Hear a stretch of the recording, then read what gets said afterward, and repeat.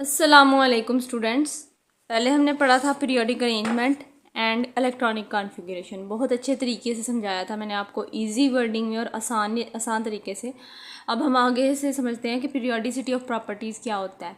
Periodicity of properties का मतलब कि एक ख़ास तरतीब के साथ जो उनके खसूसियात हैं, खसूसियात को भी मैंने इतना अच्छा एक्सप्लेन किया था आम ज़ुबान में, तो वो भी आप पिछली वीडियो में देख सकते हैं। तो periodicity of properties physical properties होती हैं एक, और एक होती है केमिकल प्रॉपर्टीज़। दो तरह की प्रॉपर्टीज़ होती हैं, तो हमने उनको पीरियोडिक एक ख़ास तरतीब के साथ तरतीब दी गई। तो उस तरतीब की बुनियाद किस पर थी? एटॉमिक नंबर पर थी।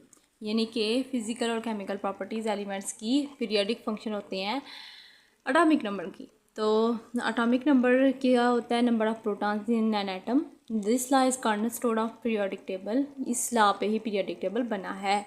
जो मतलब पीरियोडिक टेबल जितने भी अरेंजमेंट हुई है, जितने भी एटम्स एलिमेंट आपको मिलते हैं, वो पीरियोडिक टेबल के एटॉमिक नंबर पर ही अरेंज हुए हैं। ये बताते हैं कि सिमिलर एक जैसी खसूसियत के एलिमेंट्स एक ख़ास वक्फे के बाद नज़र आते हैं। जैसे कि elements arrange in increasing atomic number. Sodium potassium आपको दिखाऊँ मैं सोडियम पोटाशियम का। ये देखो स्टूडेंट्स, ये है ना lithium, sodium, potassium, rubidium, caesium, ये एक ग्रुप में है। तो इन सब का जो एटॉमिक साइज़ है एक रेगुलर इंटरवल में इंक्रीज़ हो रहा है। अभी मैं आपको आगे से इसकी वेरिएशन बताऊंगी ना ट्रेंड्स में, तो बहुत अच्छे तरीके से समझ आएगा। इसकी खास तरतीब है, उसका कुछ इनकी वजूहात है, हमने पीछे पढ़ी हैं, तो उसी वजह से हम आगे इसको एक इनके अंदर सिमिलर प्रॉपर्टीज होती हैं, एक ग्रुप में होते हैं। तो ग्रेजुअल इंक्रीज़, ग्रेजुअल मतलब कि आहिस्ता आहिस्ता जो इंक्रीज़ बढ़ाव हो रहा है प्रोटॉन्स का इनमें in the nucleus and addition of new electron shells, electron की शेल्स बढ़ रही हैं। तो फिज़िकल और केमिकल प्रॉपर्टीज़ जो एलिमेंट्स की हैं वो एक ख़ास तरतीब के साथ एक ग्रुप और एक पीरियड में बढ़ती हैं। वो कैसे बढ़ती हैं वो ही हमारा जानना ज़रूरी है। वो मैं आपको आगे से वेरिएशन इन एटॉमिक रेडियस में बताते हैं। Variation in atomic radius. Atomic radius is the measure of size of an atom. अब देखें स्टूडेंट्स, एटॉमिक रेडियस को समझाने के लिए मैंने डायग्राम बनाई है। एक दो एटम है, ये एक एटम है और ये दूसरा एटम है। इन दोनों एटम के दरमियान में न्यूक्लियस है, ये हमारा न्यूक्लियस है, ठीक है। जो न्यूक्लियस है ना, उसके जब भी दो एटम मौजूद होते हैं तो वो एक दूसरे के साथ बॉन्ड की शक्ल में होते हैं। हमारे पास कोई फ्री एटम तो मौजूद नहीं होता। ऐसा तो नहीं हो सकता कि ये वाला एटम होगा ही नहीं और ये वाला जो एटम है ये वाला ये अकेला नेचर में प्रेजेंट हो। उनका बॉन्ड तो होता ही है ना, तो वो जुड़े हुए होते हैं। उन जुड़े हुए एटम्स का अगर हमने रेडियस फाइंड करना है, एटॉमिक रेडियस को जानने के लिए क्या है? एटॉमिक रेडियस साइज है फ्रॉम सेंटर न्यूक्लियस से लेके आउटर मोस्ट शेल तक। ये न्यूक्लियस है और ये इसकी आउटर मोस्ट शेल है। इस तक जो डिस्टेंस होगा ना, ये वाला डिस्टेंस, ये वाला यहाँ से लेके यहाँ तक का डिस्टेंस जो है ये है हमारा रेडियस। तो इसको हम जानने के लिए कैसे करेंगे?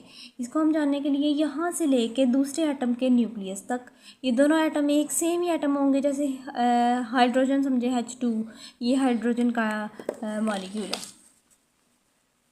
हाइड्रोजन का मॉलिक्यूल है। तो अब हमने इसका अगर निकालना है, देखें स्टूडेंट्स, ये हमारे पास कोई बॉन्ड है, हाइड्रोजन मॉलिक्यूल समझे। हाइड्रोजन का मॉलिक्यूल दो एटम से बना हुआ है हाइड्रोजन के। उनका अगर हमने निकालना है ना रेडियस, तो इस एटम का न्यूक्लियस से लेके इसके आउटर मोस्ट शेल तक का जो डिस्टेंस है वो रेडियस, ये जैसे मैंने एरो से शो किया। लेकिन ये दोनों बॉन्ड बनाए हुए हैं।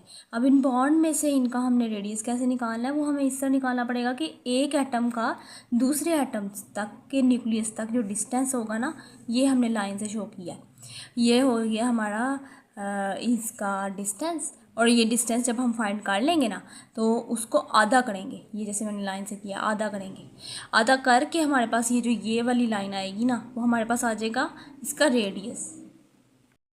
जैसे कि मैंने आपको बताया है उसी तरह ही लिखा हुआ है ना, ये एटॉमिक रेडियस हाफ होता है डिस्टेंस का। एटॉमिक रेडियस डिपेंड करता है, बदल सकता है depending on the type of bond. अगर आयनिक बॉन्ड होगा तो वो ज़्यादा तेज़ी से दो एटम्स आयनिक बॉन्ड में होते हैं, उसमें डिस्टेंस जो होता है ना वो कम होता है। जबकि कोवलेंट बॉन्ड में डिस्टेंस ज़्यादा हो सकता है, तो डिफरेंट हो सकता है कोवलेंट बॉन्ड में आयनिक रेडियस। तो atomic radius is typically measured, इसको मेजर किस में किया जाता है? पिकोमीटर्स में या एंगस्ट्रॉम में। जो हमने पढ़नी है ना वो ट्रेंड्स पढ़ने हैं। ट्रेंड्स मतलब कि पीरियोडिक ट्रेंड्स, एक मतवातर रुझान क्या है एटॉमिक रेडियस का इसके अंदर पीरियोडिक टेबल के अंदर। पीरियोडिक टेबल के अंदर दो रुझान आते हैं। पीरियोडिक ट्रेंड्स दो तरह के होते हैं, एक अलोंग द ग्रुप और एक होता है अलोंग द पीरियड।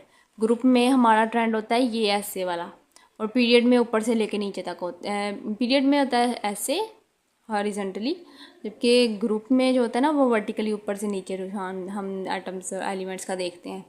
तो फैक्टर्स जो अफेक्ट करते हैं एटॉमिक रेडियस को वो होते हैं एटॉमिक नंबर, आपको पता है, affective nuclear charge. Affective nuclear charge मतलब कि न्यूक्लियस का सबसे आखिरी शेल के ऊपर कितना होल्ड है, और shielding effect of inner electrons कि अगर दरमियान में ज़्यादा शेल्स हैं, ज़्यादा जिम्मेदार हैं इलेक्ट्रॉन के, तो वो न्यूक्लियस के आउटर मोस्ट जो शेल है उसके ऊपर होल्ड को कम करेंगे।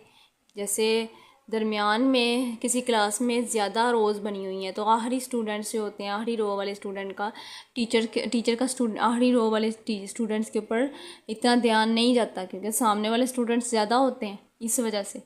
इसी तरह से दरमियान वाले जो न्यूक्लियस है उसका आखिरी वाले शेल के ऊपर जो कंट्रोल है वो कम हो जाता है। क्यों? दरमियान में जो शेल्स होती हैं वो ज़्यादा होती हैं।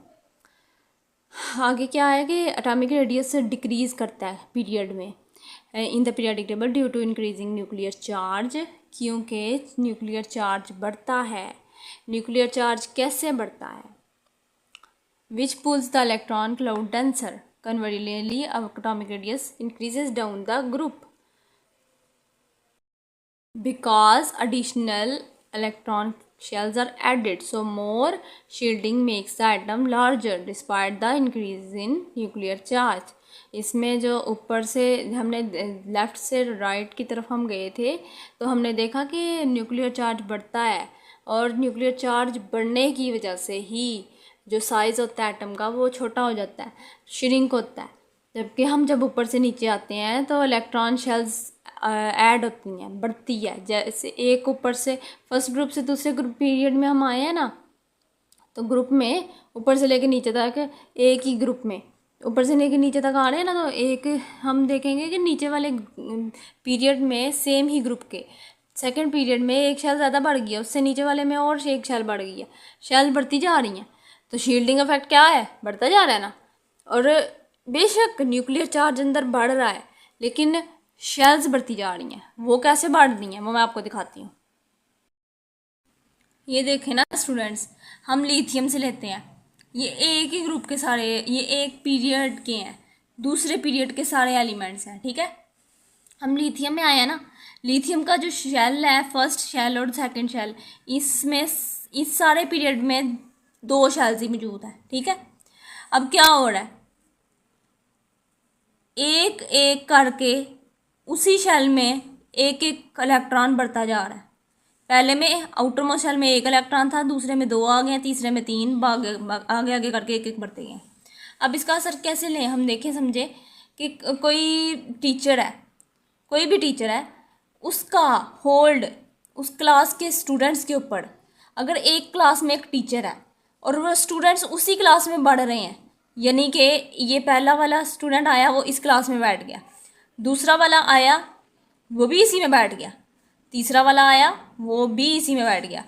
जैसे जैसे स्टूडेंट एक बढ़ा, एक इसमें स्टूडेंट बढ़ा ना, इसमें एक स्टूडेंट बढ़ गया तो साथ ही टीचर भी बढ़ गया, यानी न्यूक्लियर चार्ज भी बढ़ गया। न्यूक्लियस, इसके न्यूक्लियस में 4 प्रोटॉन हो गए, इसमें 3 थे ना, और इस क्लास के अंदर एक स्टूडेंट था आउटर मोस्ट शेल में। तो अगर 3 प्रोटॉन्स थे, मतलब 3 टीचर्स न्यूक्लियस जो होल्ड कर रहे थे वो तो थे ही, आगे स्टूडेंट्स जो बढ़ रहे हैं, अगर हमारे एक स्टूडेंट आया तो उस टीचर की भी तादाद बढ़ गई, फिर उसी क्लास में एक और स्टूडेंट आ गया, ठीक है, तीन आ गए ना, तो टीचर भी बढ़ता गया। तो जब टीचर्स बढ़ते जा रहे हैं तो ऑब्वियसली गौर करें कि स्टूडेंट्स के लिए टीचर्स बढ़ते जा रहे हैं, तो आपको देखने में नज़र आएगा कि टीचर्स का होल्ड चेकअप स्टूडेंट्स के ऊपर बढ़ता जाएगा ना, क्योंकि स्टूडेंट्स एक ही क्लास में अकोमोडेट कर रहे हैं। लेकिन इसके बरअक्स, तो फिर जब स्टूडेंट्स का उसका होल्ड बढ़ता जाएगा टीचर्स का, तो फिर उनका साइज़ यानी स्टूडेंट्स के ऊपर होल्ड बढ़ा तो क्लास में बदमज़गी, इनडिसिप्लिन कम होगा, जिसकी वजह से वो बच्चे तरतीब से बैठे रहेंगे। इसी तरह साइज़ का भी यही हिसाब है कि अगर स्टूडेंट्स के ऊपर होल्ड टीचर का अच्छा होगा तो वो जो स्टूडेंट्स होंगे वो स्टूडेंट्स अपने वो नहीं कर सकेंगे, वो जो एटम्स होंगे वो एटम्स अपनी साइज़ में रहेंगे, ठीक है, छोटा होता जाएगा साइज़। अब हम ऊपर से लेके नीचे तक आएंगे तो ऊपर से नीचे आते हुए हम देखते हैं कि किसी भी जब एटम के अंदर हम देख रहे हैं तो बेशक टीचर बड़े हैं, टीचर्स की तादाद बड़ी है, लेकिन स्टूडेंट अगर उस शेल में उस क्लास में आने की बजाय किसी और क्लास में बैठ गया है ना, तो देखें ना वो टीचर्स की जो होल्ड होगा वो कम होगा ना बनिस्बत उसके बाद टीचर्स का होल्ड तो उसी क्लास पे था ज़्यादा। तो जो एक स्टूडेंट है उसके ऊपर होल्ड कम होगा, ज़्यादा उसका फोकस उस पर होगा, जिसकी वजह से उस स्टूडेंट के ऊपर इतनी फोकस नहीं हो पाएगा, उस वजह से साइज़ जो होगा वो एटम का बढ़ जाएगा।